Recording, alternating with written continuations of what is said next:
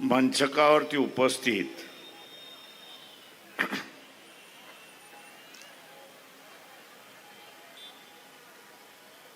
Doctor क्रांतिताई,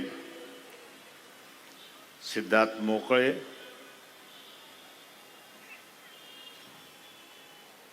नदाफजी, Somnathji Salunke, त्याच्याच बरोबर कोल्हापूर शहर चे असणारे शहर अध्यक्ष, सर्व कोल्हापूर जिल्ह्यातले असणारे कार्यकर्ते,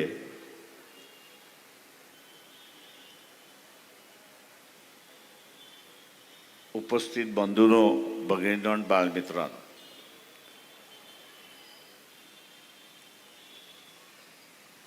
महानगरपालिकेच्या निवडणुका यांचं बिगुल वाजलं आणि हे बिगुल वाजल्यानंतर प्रत्येकाची असणारी धावपळ चालली आहे. कसली धावपळ चालली आहे तर सभागृह 130 आहे, पण आपल्याकडे असणारे 130 उमेदवार सुद्धा नाही. आणि आपल्याकडे 130 उमेदवार नाहीत म्हणून असणारं राजकीय समझोता होतोय का, आणि तो राजकीय समझोता करत आपली जागा भरायची अशी असणारी परिस्थिती आहे.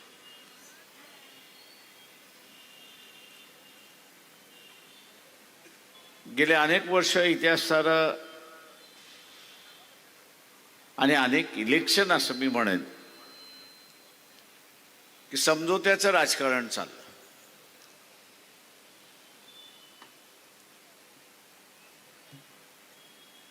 समझोत्याचं असणारं राजकारण चाललं आणि हे समझोत्याच्या राजकारणामुळे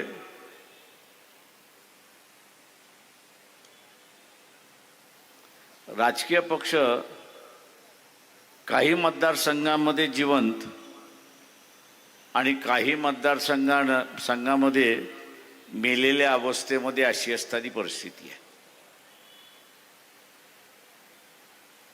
कुठल्या इलेक्शनमध्ये आपण असणारा युती करावी, कुठल्या इलेक्शनमध्ये आपण युती करू नये याचंही भान राहिलं नाही.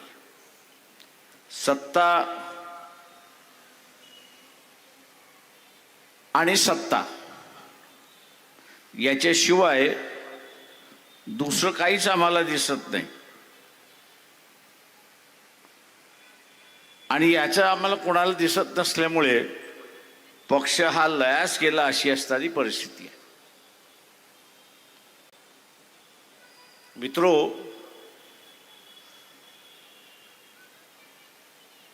आपण जर पाहिलं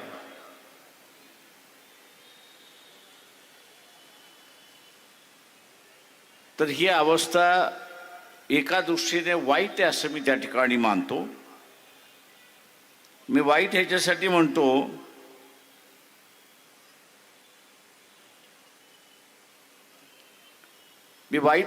मानतोय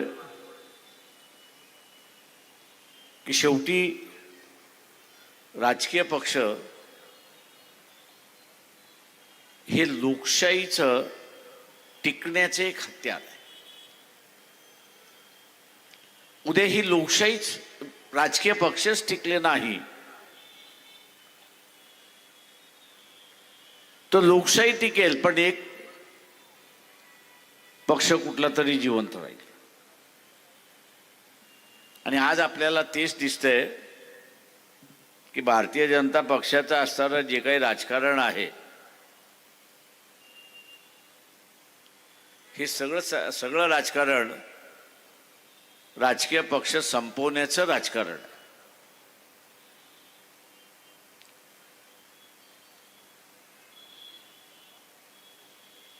भारतीय जनता पक्षाबरोबर दोन पक्ष आहेत. एक एकनाथ शिंदेना मिळालेली असणारी शिवसेना हा एक पक्ष आहे आणि दुसऱ्या बाजूला अजित पवार यांना मिळालेली असणारी एनसीपी असा प्रश्न आहे. दोघांमध्ये रेस लावली की भारतीय जनता पक्षाशी असणारं कोण इमानदार राहणार. आणि म्हणून पहिल्यांदा सांगितलं की आम्ही कोणाबरोबर युती करणार नाही. आणि नंतर सांगण्यात आलं की आम्ही असणारं एकनाथ शिंदेबरोबर युती करू, राष्ट्रवादी बरोबर करणार नाही.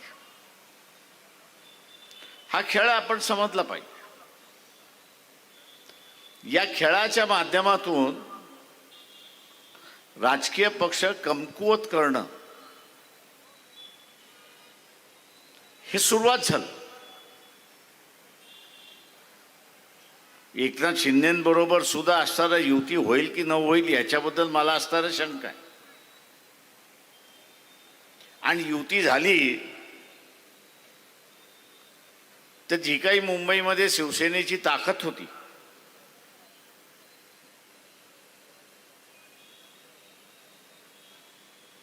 ऐंशी एक नगरसेवक निवडून आणण्याची जी ताकद होती त्या ताकदीला बघताना असणारा भारतीय जनता पक्ष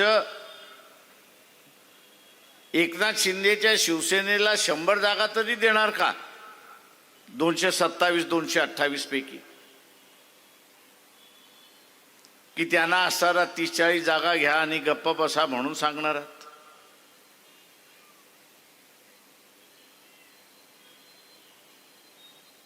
म्हणजे जो खेळ चाललाय भारतीय जनता पक्षाचा RSSचा तो इथले राजकीय पक्ष संपवण्याचा खेळ चाललाय. आणि राजकीय पक्ष संपले शीन झाले की आपण एकमेव शिलेदार राहू अशी असणारी परिस्थिती आहे.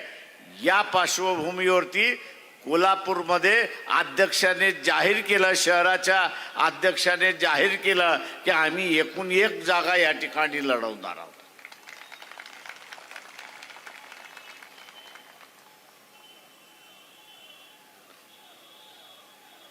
तर आम्ही सगळ्या वार्डामध्ये जिवंत आहोत, सगळ्या प्रभागामध्ये जिवंत आहोत.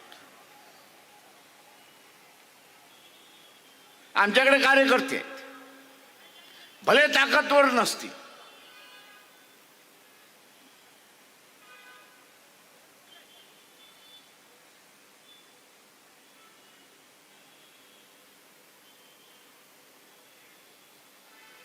मध्यंतरी एक पिक्चर निघाला होता बबली बंटीचा. कोल्हापूरच्या निवडणुका सुद्धा बबली बंटीच्या निवडणुका आहेत.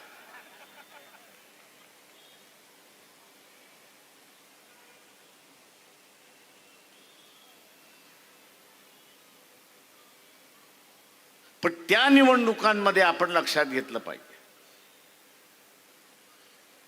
इथे लोकशाहीची गरज कोणाला आहे तर वंचितांना गरज आहे.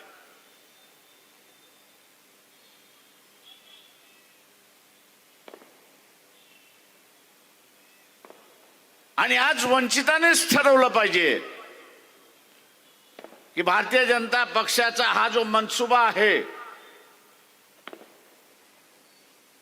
भारतीय जनता पक्षाचा असणारा हा जो मनसुबा आहे की राजकीय पक्ष संपवणं, हा जो मनसुबा आहे तो आम्ही हाणून पाडल्याशिवाय राहणार नाही हे असणारं लक्षात घ्या.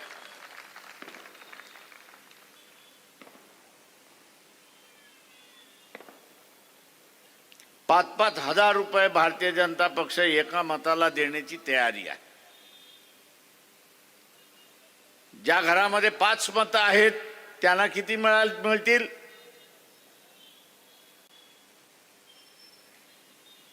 ज्यांच्या घरामध्ये 5 मतं आहेत त्यांना किती मिळतील? आता हे 25,000 किती दिवस टिकतील?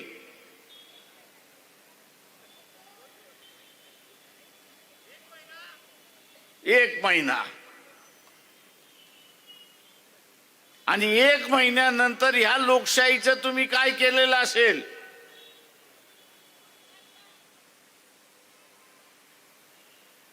तर तिलाही तुम्ही मसनात नेऊन पोचवलेली असेल. 25,000ने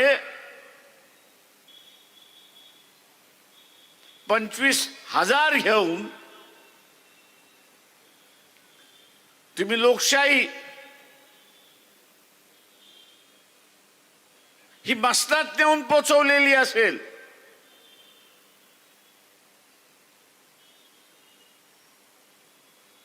आणि मग जे दमन कार्य या ठिकाणी सुरुवात होते,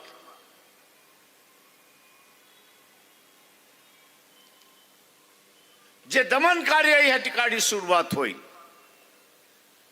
त्याला आपल्याला तोंड द्यावं लागेल, हे लक्षात घ्या. जे 25,000 रुपये वाटतात आहेत, तुम्हाला असं वाटतं त्यांचा हेतू स्वच्छ आहे?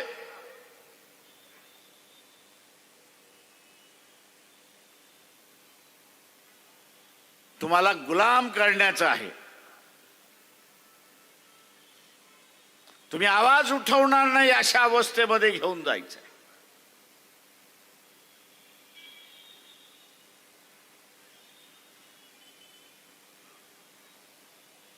आणि ते ज्या दिवशी होईल त्या दिवशी महात्मा फुलेंपासून सुरुवात झालेला लढा, महात्मा फुलेंपासून सुरुवात झालेला लढा हे गाडण्याचं काम आपणच केलं असेल, हे लक्षात घ्या. दुसरा तिसरा कोणीच नाही. कशासाठी? तर फक्त 25,000साठी.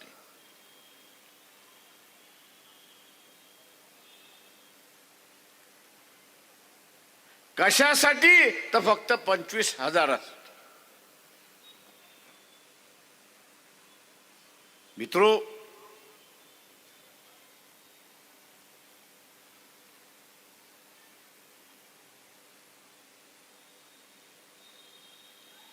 बिहार मधला निवडणुका आपण पाहिल्या.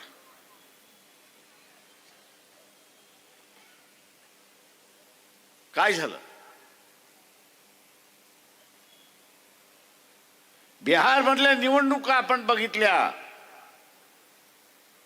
काटेकी लढाई आहे म्हणून सांगण्यात आलं, आणि इलेक्शन मध्ये आपल्याला असताना दिसलं की काट्याची तर सोडून द्या, पण लढाईच झाली नाही अशी असणारी परिस्थिती.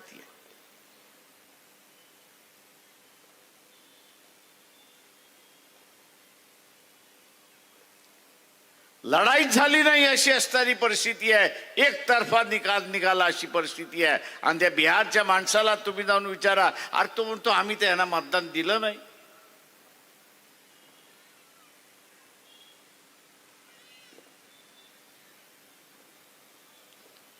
आज मित्रो, हेराफेरी होते, गफला होतोय, पण ह्या गफल्यावरती सुद्धा मात करता येते, हे लक्षात घ्या.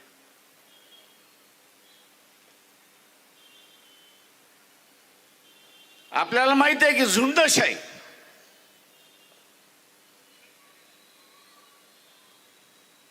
ही झुंड एकदा बाहेर पडली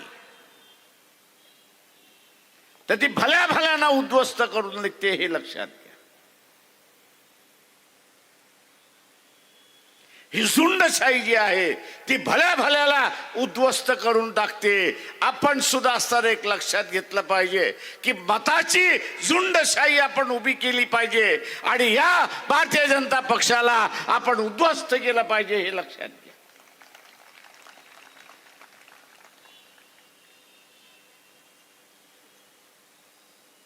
मला अनेक जण म्हणतात, तुम्हाला भीती वाटत नाही का? मी म्हटलं, जोपर्यंत लोकशाही साबित आहे तोपर्यंत मला भीती वाटणार नाही. लोकशाही साबूत आहे तोपर्यंत मी अजिबात कोणाला घाबरत नाही, मोदीलाही घाबरत नाही. पण ज्या दिवशी लोकशाही संपली त्या दिवशी राजेशाही सुरुवात झाली. ज्या दिवशी लोकशाही संपली त्या दिवशी राजेशाही संपली. लोकशाही संपली त्या दिवशी राजेशाही सुरुवात झाली, आणि राजेशाही त्या दिवशी सुरुवात झाली त्या दिवशी भीतीचं वातावरण सुरुवात होणार. आणि त्या भीतीच्या वातावरणामध्ये झुंडशाही सुद्धा काहीच करू शकत नाही, हे लक्षात घ्या. आणि म्हणून ही झुंडशाही, मताची झुंडशाही या निवडणुकीमध्ये आपल्याला उभी करायची आहे, हे लक्षात घ्या.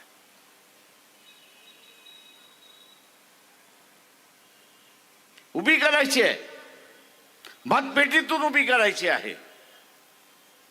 आणि ती आपण कराल ही अपेक्षा मी त्या ठिकाणी बाळगतोय.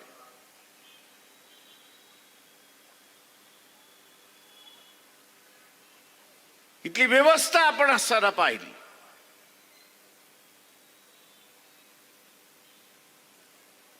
तर नरेंद्र मोदी चायनाला विकल्या गेलेला आहे अशीच परिस्थिती आपल्याला त्या ठिकाणी दिसते.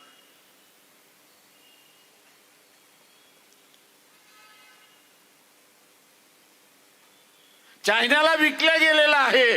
कारण का तर मागच्या 10 दिवसापूर्वी युट्यूब वरती जा, आर्मीचा चीफ जो आहे त्याचं भाषण काढा आणि ऐका. त्यांनी असताना म्हटलं की चायना हा आमचा शत्रू आहे.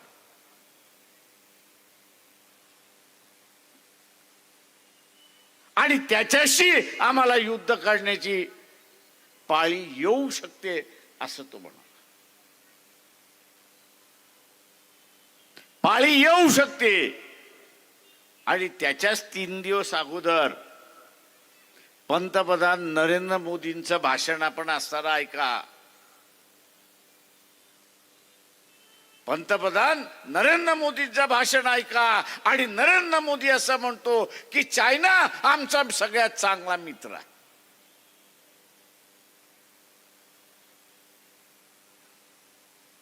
चायना हा आमचा सगळ्यात चांगला मित्र आहे.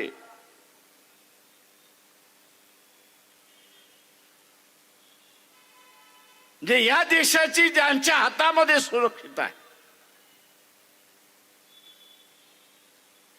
असा मिलिटरीतला चीफ म्हणतो की चायना आमचा असणारा दुश्मन आहे, ते आमच्याशी युद्ध करायला बसलंय. आणि दुसऱ्या बाजूला आपण बघत असाल की नरेंद्र मोदी असं म्हणतोय की चायना माझा असणारा मित्र आहे. या 70 वर्षाच्या कालावधीमध्ये,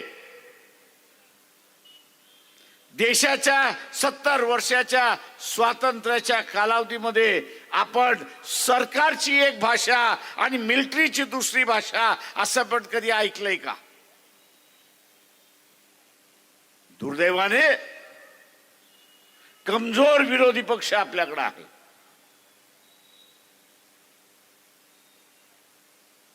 कमजोर विरोधी पक्ष असल्यामुळे तो पार्लमेंटचा उपयोगही करत नाही आणि विचार देतही नाही की तुमची भूमिका एक आणि आर्मी चीफची भूमिका एक. कोणाला मानायचं?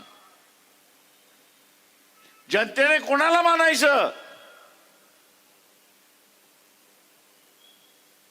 आणि म्हणून इथल्या असणाऱ्या सनातन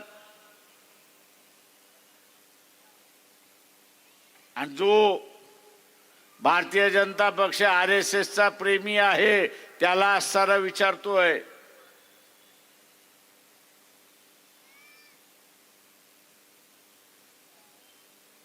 त्यांना आम्ही असणारा विचारतोय की सिंदूरचं युद्ध झालं, हा माणूस दर 3ऱ्या दिवसाला मोदी कुठल्या नाही कुठल्या तरी देशाला भेट द्यायला जातोय.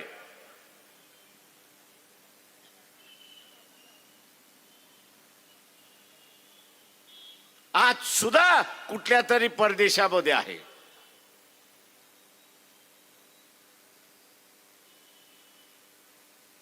मी त्या जनतेला आवाहन करतोय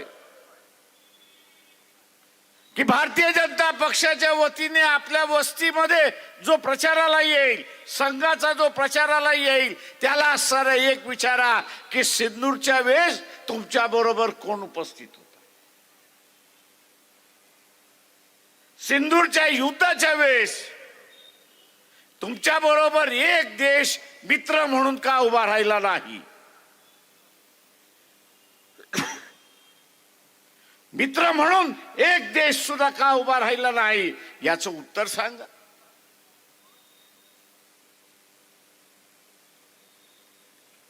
विश्वगुरु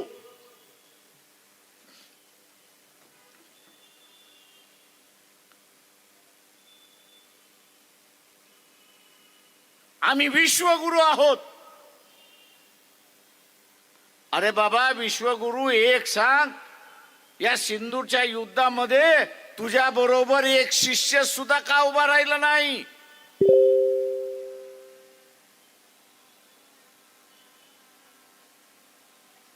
आणि एकही मित्र जर उभा राहणार नसेल तर उद्या चायना बरोबरचं युद्ध असेल किंवा इथल्या पाकिस्तान बरोबरचं युद्ध असेल, तुम्ही करणार का यात?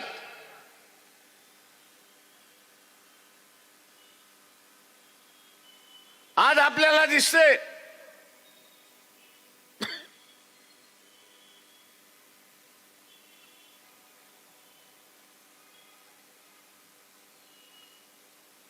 हा जो YouTube चॅनल आहे,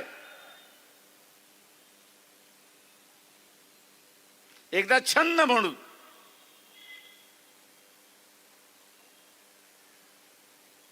जेवढे भविष्यवाणी सांगणारे ऍस्ट्रॉलॉजर्स आहेत,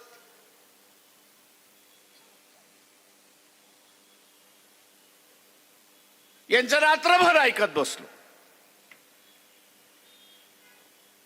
काय पण यांचं रात्रभर ऐकत बसलो. आणि या रात्रभर ऐकत असताना एकच सूर त्याच्यामध्ये मला सापडला आणि तो सगळ्यांचा सारखा होता, कॉमन होता. आणि तो म्हणजे येत्या 2-3 महिन्यामध्ये आपलं पाकिस्तान बरोबरचं युद्ध होईल. आर्मी चीफही म्हणाले,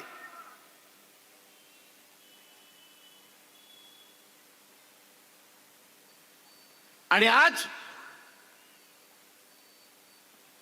पाकिस्तानला असणारं हत्यारं कोण कोण पुरवतंय? तर इंग्लंड पुरवते, फ्रान्स पुरवतोय, अमेरिका देते, आखाती देशामधले मुस्लिम राष्ट्र आहेत ते देतात आहेत, चायना तर तिथे देतेच आहे. रशियाने सांगितलं की जे आम्ही पाकिस्तानला पाहिजे ते आम्ही अस्त्र देऊ.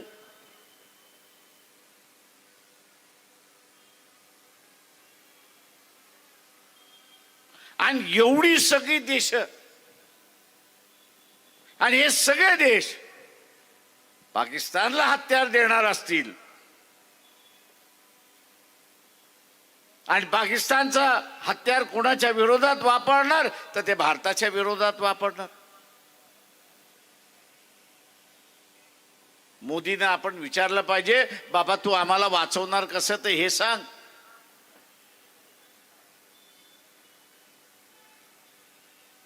या देशाला वाचवणार कसं तेवढं सांग. किंवा हे देश विरोधात का गेले, हे विरोधात जाण्याचं कारण काय होतं? तर त्याचं एकच कारण ते म्हणजे अहमपणा.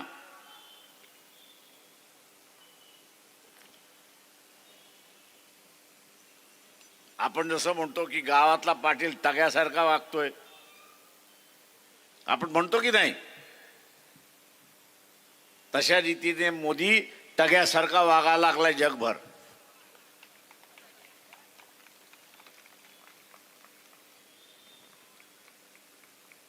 त्या पाटलाची आपल्याला भीती वाटत नाही, कारण का दर दिवशी आपल्या बरोबर त्याचं भांडण चाललेलं असतं. तोही आपल्याला हात लावत नाही, आपणही त्याला हात लावत नाही. पण ह्या टग्याचं असणारं भांडण जे आहे ते आता देशाच्या भूमीवरती येऊन पडायला लागलं.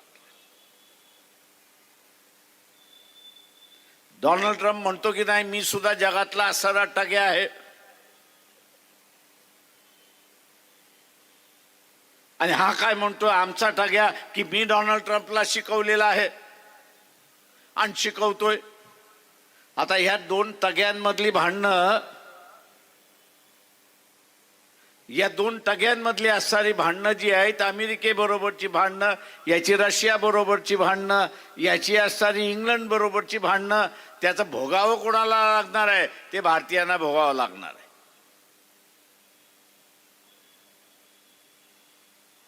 ते भारतीयांना भोगावं लागणार आहे.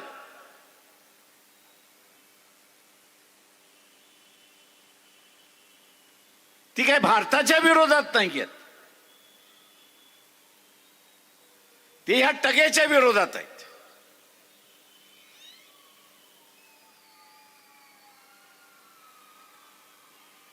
हे टगेच्या विरोधातलं असणारं भांडण आहे.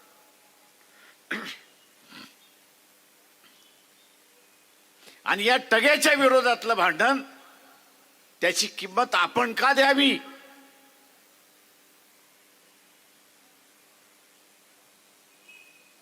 याची किंमत आपण का द्यावी? हा प्रश्न सगळ्यांनीच आपल्याला असताना विचारला पाहिजे, हे लक्षात घ्या.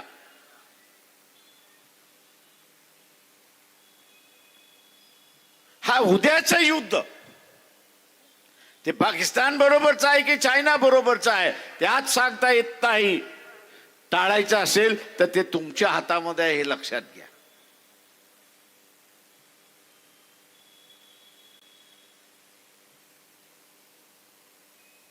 हे भांडण टाळायचं आहे, तुमच्या हातामध्ये आहे. आपण नाही म्हणतो नारा बास नारा बासरी, तशाच रीतीने मोदीला तुम्ही सत्तेवरतीच बसवलं नाही तर युद्ध कोणाबरोबर होणार आहे?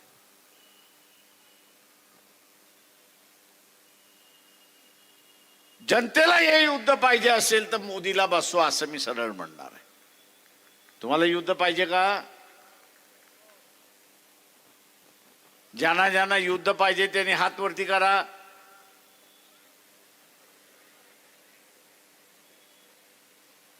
तुम्हाला असताना आता जर युद्ध नको असेल तर मोदीला खाली खेचा, आणि खाली खेचायचं असेल तर या कॉर्पोरेशनच्या निवडणुका सुद्धा अत्यंत महत्वाच्या आहेत, हे लक्षात घ्या. या महानगरपालिका सुद्धा महत्वाच्या आहेत. त्यातून संदेश जातो, मोदीच्या विरोधात मतदान दिलं, भारतीय जनता पक्षाच्या विरोधात मतदान दिलं, उद्या सत्तेवरती आले नाही, संदेश हा जातो की ह्या टग्याला आता लोकच बघायला लागली आहेत, आपल्याला बघण्याची गरज नाही. भारतीय जनताच त्याला बघायला लागलेली आहे, आपल्याला बघण्याची गरज नाही. आणि भारतीय जनता जर बघणार नसेल तर हे सगळे बघितल्याशिवाय राहणार नाहीत, हे लक्षात घ्या.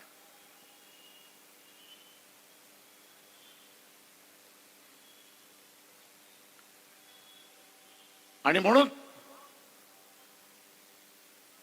मला मान्य आहे की कॉर्पोरेशनचा प्रश्न म्हणजे रस्त्याचा प्रश्न,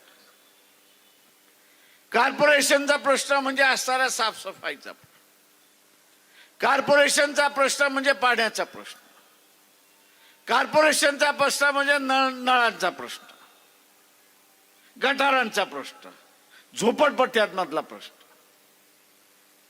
याच्यावरती तर आपण लढत आलेलोच आहोत. याच्यावरती आपण लढत आलेलोच आहोत. पण आता जे मंडळ रावतंय डोक्यावरती ते युद्धाचं सावट आपल्या समोर आहे, हे लक्षात घ्या.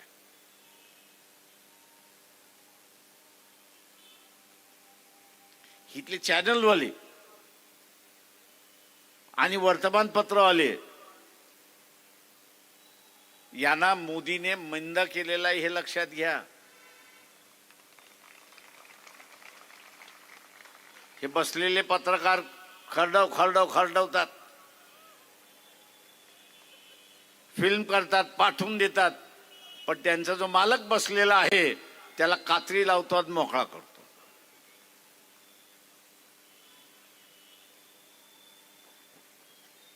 काका त्या मालकाला मोदीने सांगितले तू माझ्या विरोधात छाप तर खरं, तुला आतमध्ये टाकल्याशिवाय राहणार नाही.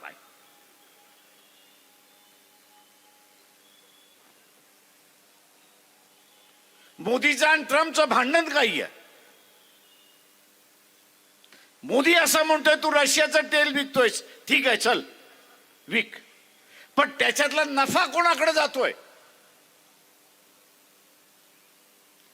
तुम्हाला माहिती आहे रशियाचं तेल भारतात विकल्या जाते त्याचा नफा दरवर्षी कितीचा आहे तुम्हाला माहिती आहे का? तुम्हाला माहिती आहे का?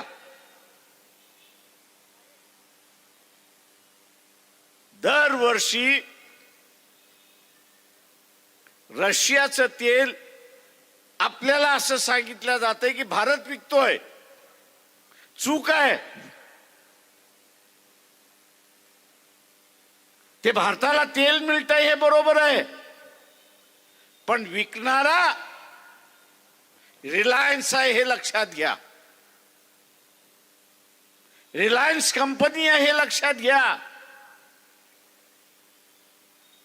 आणि दरवर्षी या कंपनीला नफा किती होतो?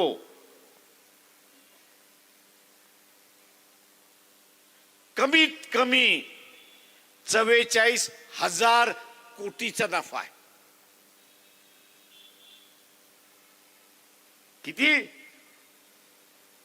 कितीचा नफा आहे? 44,000 कोटीचा नफा आहे. जे कच्चं तेल आपण आणतो, आयात करतो, ते आयातापोटी आपण असणारा परदेशी चलन किती खर्च करतो?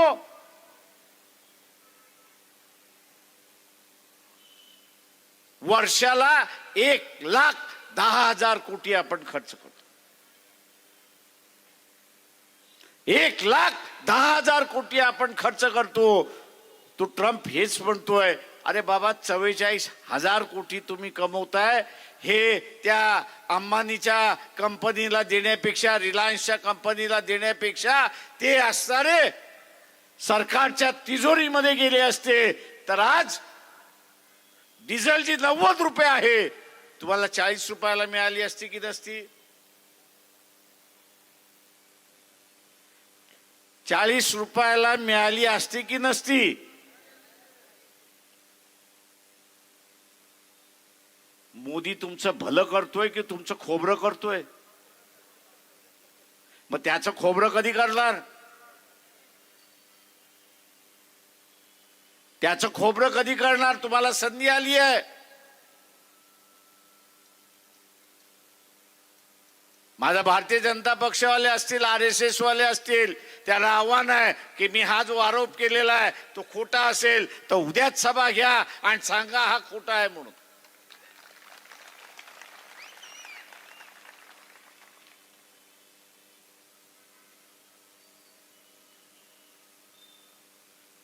मोदी खऱ्या अर्थाने हिटलर झाला हे लक्षात घ्या. मी असं बोललो की RSS वाल्यांना फार झोंबतं. अरे अर्धे चड्डीवाले एवढंच मला सांगा, गेल्या 2.5 वर्षामध्ये नरेंद्र मोदीने एकदा तरी मोहन भागवताची भेट घेतली आहे का? की मोहन भागवतच त्याला भेटायला चालले अशी परिस्थिती? आणि म्हणून मित्रो, ही जी लूट चाललेली आहे, जगातल्या देशाचे जे नेते आहेत ते असं म्हणतात की भारत आता वरती येतोय, लोकांची परिस्थिती बदलते.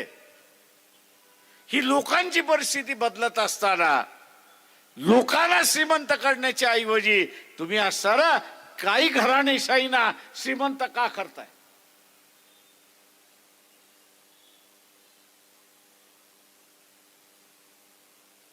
तुम्ही काही घराणेशाहीने असताना श्रीमंत का करताय आणि नव्यानं गुलामी ह्या देशावरती का आणताय? कॉर्पोरेटची गुलामी तुम्ही का आणताय?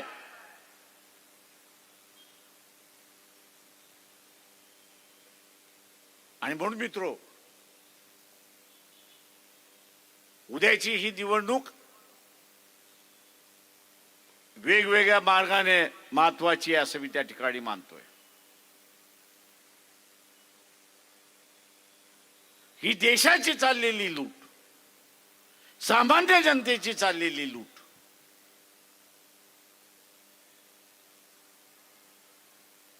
हिला थांबवायची असेल तर इथले राजकीय पक्ष काहीच करू शकणार नाहीत.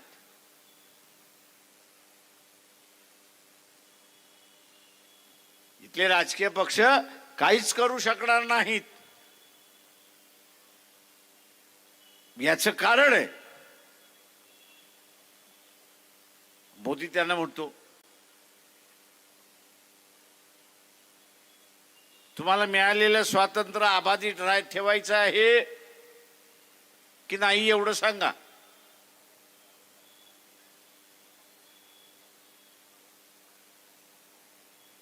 तुमचं स्वातंत्र्य अबाधित ठेवायचं आहे की नाही तेवढं सांगा. स्वातंत्र्य ठेवायचं असेल तर माझ्या सरकारवरती टीका करायची नाही, माझ्या सरकारचं भिंग बाहेर काढायचं नाही.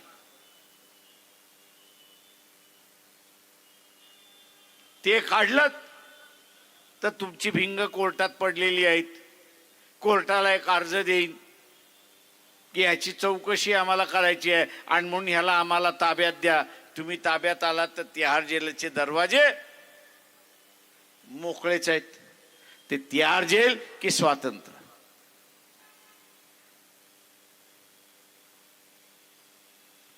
दुर्दैवाने मी असं म्हणेन की काँग्रेसचा कार्यकर्ता असेल, डावा कार्यकर्ता असेल, समाजवादी कार्यकर्ता असेल, मानवतावादी कार्यकर्ता होता, याचा एक काळ आवाज होता. त्याच्या आवाजामध्ये ताकद होती, बुलंदशाही होती. आंबेडकरी चळवळीच्या आवाजामध्ये आज ती एकच शिल्लक राहिलेली आहे. आणि मग उद्याची असणारी ही चळवळ, उद्याची असणारी ही चळवळ आणि उद्याची असणारी ही लोकशाही वाचवण्याची जबाबदारी ही फुले शाहू आंबेडकरी विचारांवरती आलेली आहे, हे लक्षात घ्या. ही फुले शाहू आंबेडकरी विचारांवरती आलेली आहे आणि ही ऐतिहासिक जबाबदारी आपल्या सगळ्यांना पार पाडायची आहे. ती या निवडणुकीमध्ये आपण पार पाडाल. सभेला जशी गर्दी आहे, सभांना जशी गर्दी आहे, त्याच प्रमाणात मतांची सुद्धा गर्दी त्या पेटीमध्ये होईल ही अपेक्षा मी बाळगतो आणि आपली सगळ्यांची रजा घेतो. जय भीम, जय भारत. श्रद्धेय बाळासाहेब आंबेडकरांना